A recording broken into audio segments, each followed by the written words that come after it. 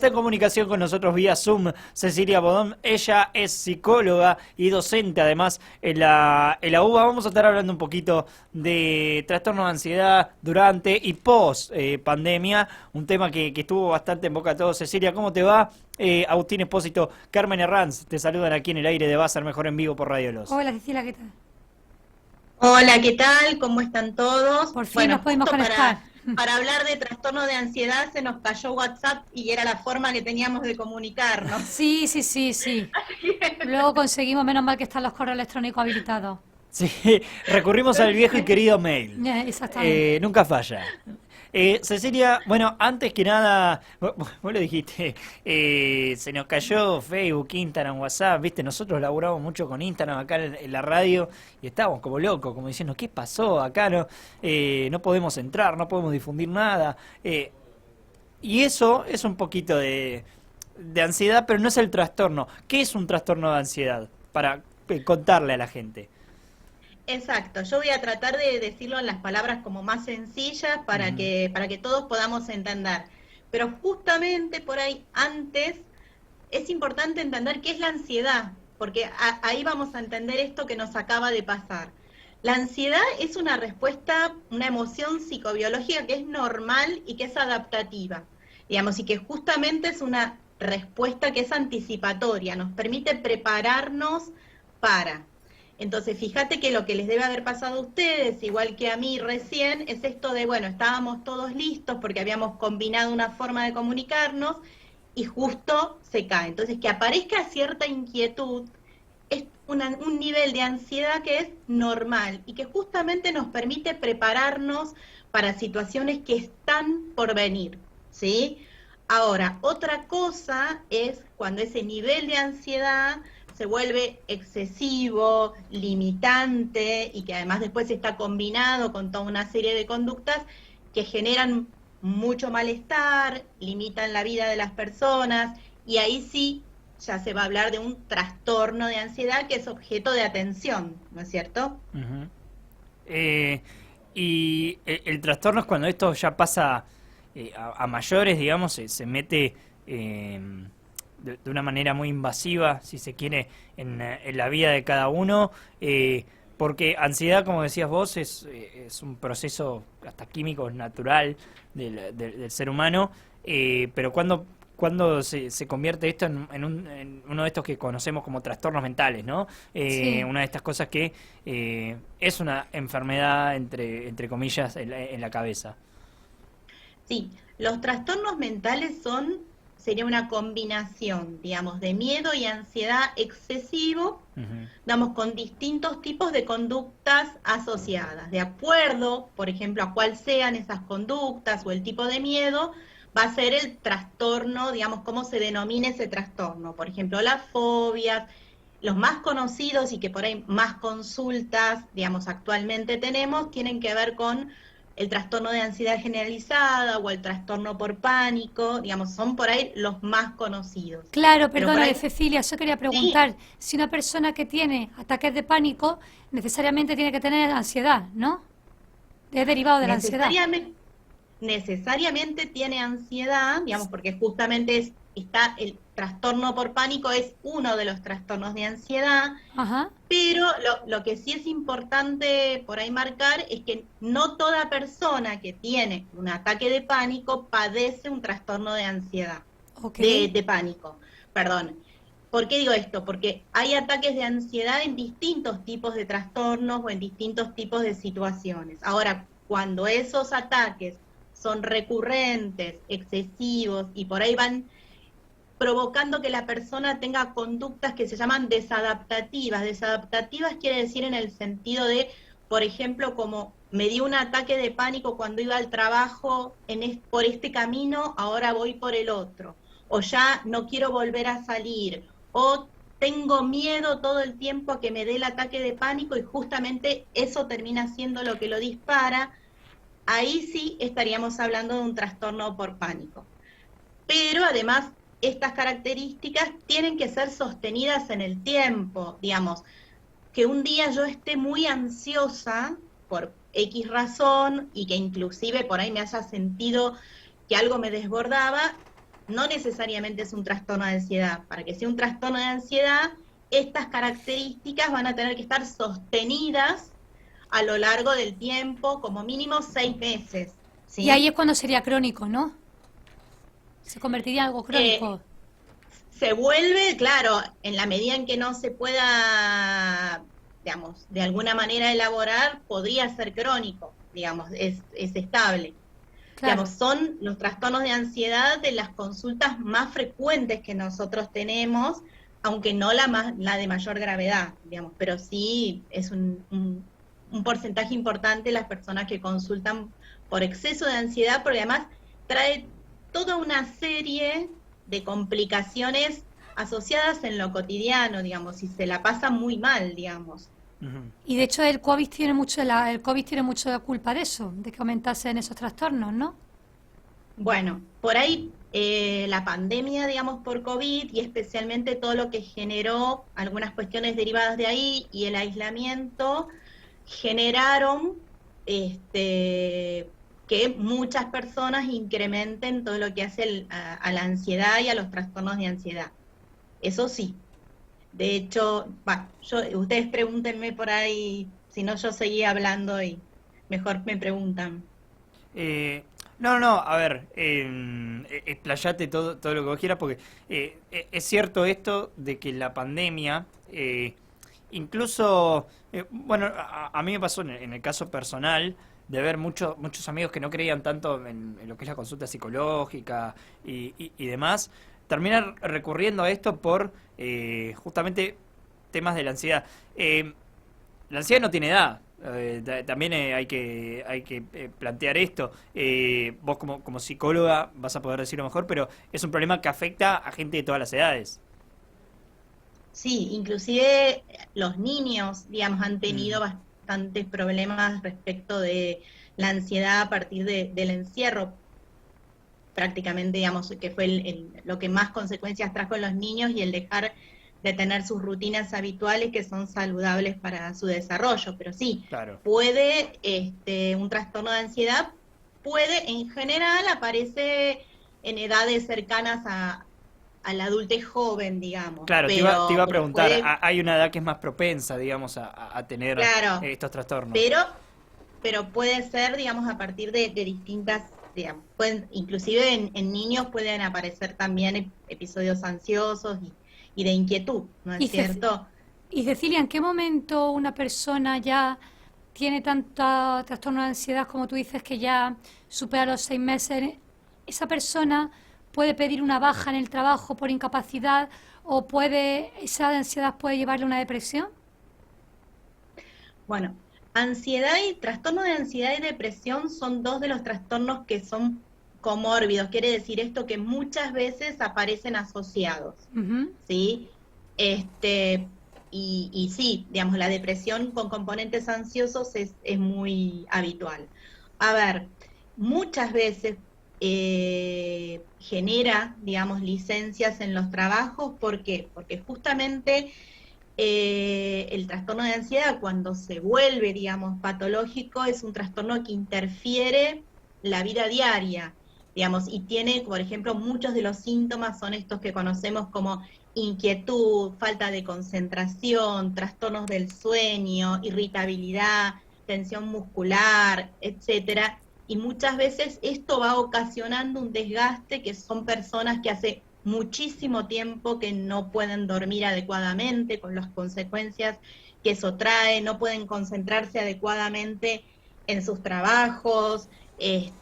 Muchas veces trae como complicaciones a nivel social, porque depende del tipo del trastorno, por ahí empiezan a limitar las salidas o el encontrarse con otros, porque es muy común que, como un intento de controlar la ansiedad, digamos, uno empieza a tratar de tener ciertas conductas que muchas veces son evitativas para intentar controlarlo. En general siempre van fallando hasta que la persona no realice por ahí a veces un tratamiento. Digamos, estamos hablando siempre cuando esto ha devenido en un trastorno, no en un episodio de ansiedad que por ahí con el paso del tiempo y algunos recursos propios puede ir cediendo. Hay un... me sale, la voy a utilizar la palabra, hay como una deconstrucción por parte de las empresas, si se quiere, con todo lo que es el tema de la salud mental. Se está teniendo más en cuenta lo que son las enfermedades mentales a la hora de pedir licencias en los trabajos. ¿Ha visto esto sobre todo en este último año y medio, ¿no? Estos últimos años donde la pandemia pisó fuerte o hizo mucho énfasis en la cabeza de las personas?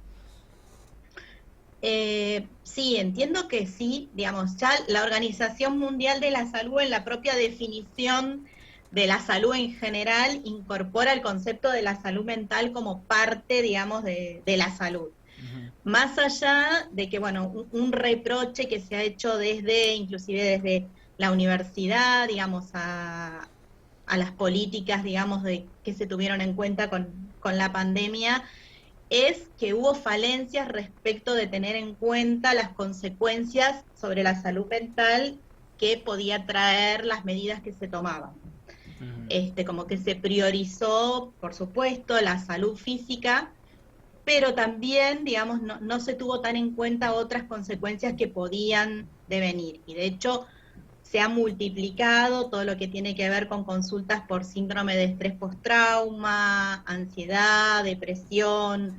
Aumentó considerablemente cuando se mide mientras duró la cuarentena el índice de riesgo suicida. Digamos, esto se vio. Digamos, el observatorio social, yo hablo por ahí de la investigación que tuve acceso por ser de la universidad, uh-huh, que es la del Observatorio de Psicología Social de la UBA. Claro. Que por ahí ustedes la habrán escuchado porque salió en todos los medios, se fue haciendo, digamos, a lo largo del año pasado, distintos relevamientos, y la conclusión más importante es que el 80% de las personas manifestaban padecer de malestar psicológico, digamos, durante la pandemia. Y había toda una serie de conductas como el incremento del uso de ansiolíticos, los trastornos del sueño, el aumento de la ingesta de bebidas alcohólicas, también del índice de riesgo. Bueno, esto fue dando esa encuesta. Y claro, Cecilia, a ver, yo creo que los ataques de ansiedad, bueno, está especificado que una de las causas principales es la incertidumbre. Y entonces podría decirse que esa incertidumbre en plena crisis mundial, donde descendió el empleo, donde mucha gente joven se quedó sin trabajo y no sabe qué es de su vida, donde muchas personas perdieron a seres queridos, la economía a nivel mundial en unos países más, en otros menos se fue al traste.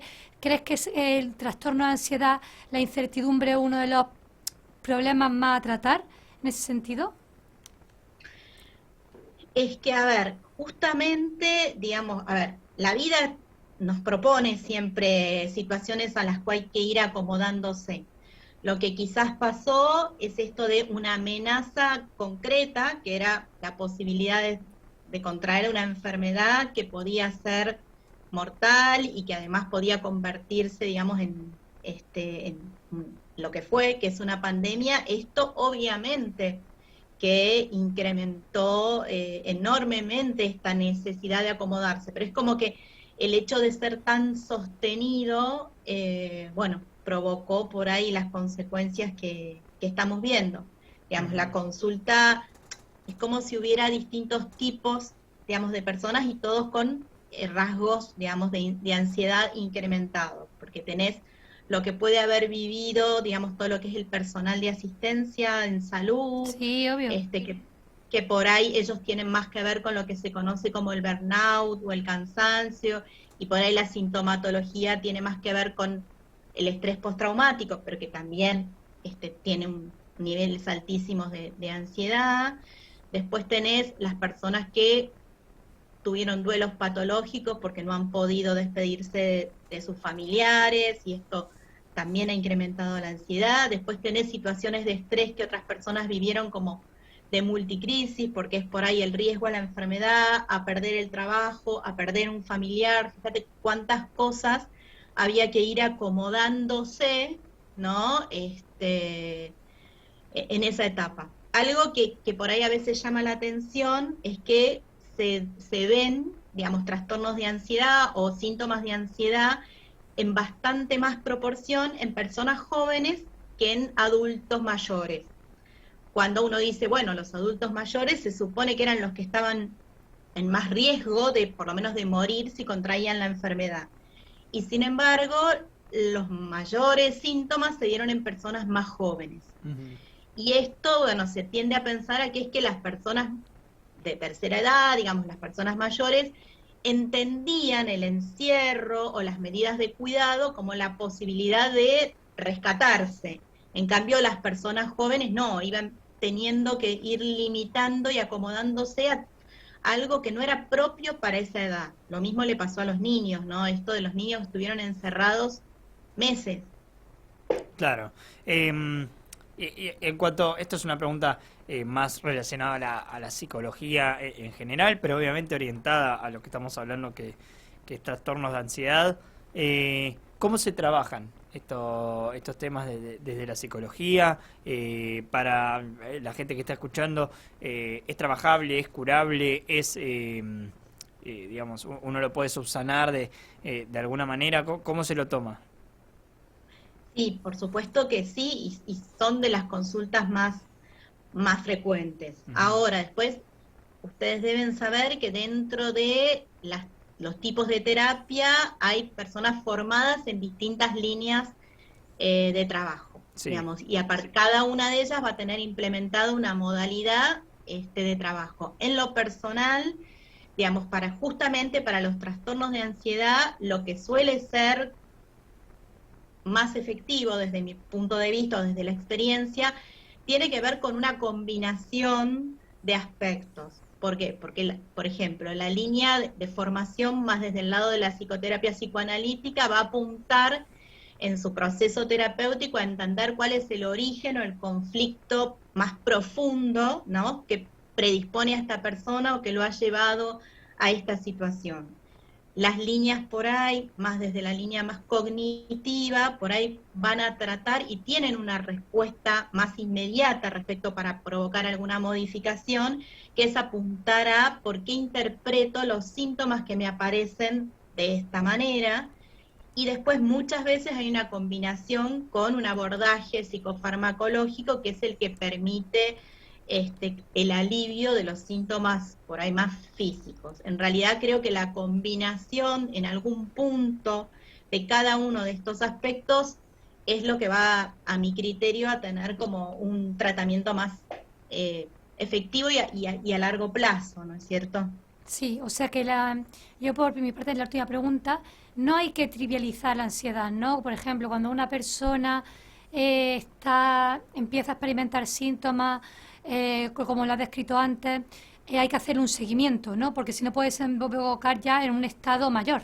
O sea, ¿tú recomendarías a las personas que están como inquietos, ansiosos, pero todavía sin haber llegado ya al iceberg, por así decirlo, como que acudan a un psicoterapeuta? Sí, a ver, siempre hay toda una serie de medidas que ayudan al afrontamiento de la ansiedad, digamos, que uno puede como ir facilitando. De hecho, hubo muchos mensajes desde agrupaciones de psicólogos, inclusive, digamos, hubo algunas bajadas, digamos, del ministerio respecto a cómo cuidarnos y que tenía que ver, acuérdense, por lo menos en pandemia, esto de intentar mantener las rutinas, hacer una dieta adecuada, Claro. tratar de respetar los ritmos de sueño-vigilia, apuntar a la relajación. Todos estos aspectos ayudan y ayudan en lo cotidiano. Ahora, cuando se va registrando que esta ansiedad no cede, que es permanente y empieza a interferir las rutinas es ya no puedo concentrarme en una película, ya no puedo quedarme quieto, ya no tengo que, no sé, estoy en la casa de alguien y no me aguanto lo que dura la reunión y me tengo que ir. Digamos, cuando ya empieza a interferir en nuestras rutinas, es adecuada por ahí realizar una consulta. Cecilia, mil gracias por este ratito. ¿Hay algún lugar donde se pueda buscar más información sobre esto? ¿Alguna página de alguna organización o sede gubernamental donde haya más información sobre el trastorno de ansiedad? Mira, en las páginas del Ministerio de Salud o los de la OMS, por ejemplo, Ujú. especialmente en todo lo vinculado a la pandemia, se subieron bastantes cuestiones ligadas a la información. Hay eso como este, lugares más oficiales Ujú. inclusive se subieron algunas indicaciones con medidas de autocuidado, así que ahí lo van a poder encontrar. Perfecto, entonces, bueno, mil gracias por este ratito para charlar con nosotros. Siempre está bueno hablar de los trastornos mentales, está bueno hablar de la salud mental y es un paso para iniciar, tal vez verlo, tal vez alguien escucha esto y dice, tal vez necesito hacer una consulta. Cecilia, mil gracias y te Bueno, mandamos un abrazo Muchas grande. gracias, Cecilia. gracias a ustedes, que tengan buenas tardes. Igualmente. Igualmente. María Cecilia Bodón, psicóloga, ella, hablamos un poquito de lo que son los trastornos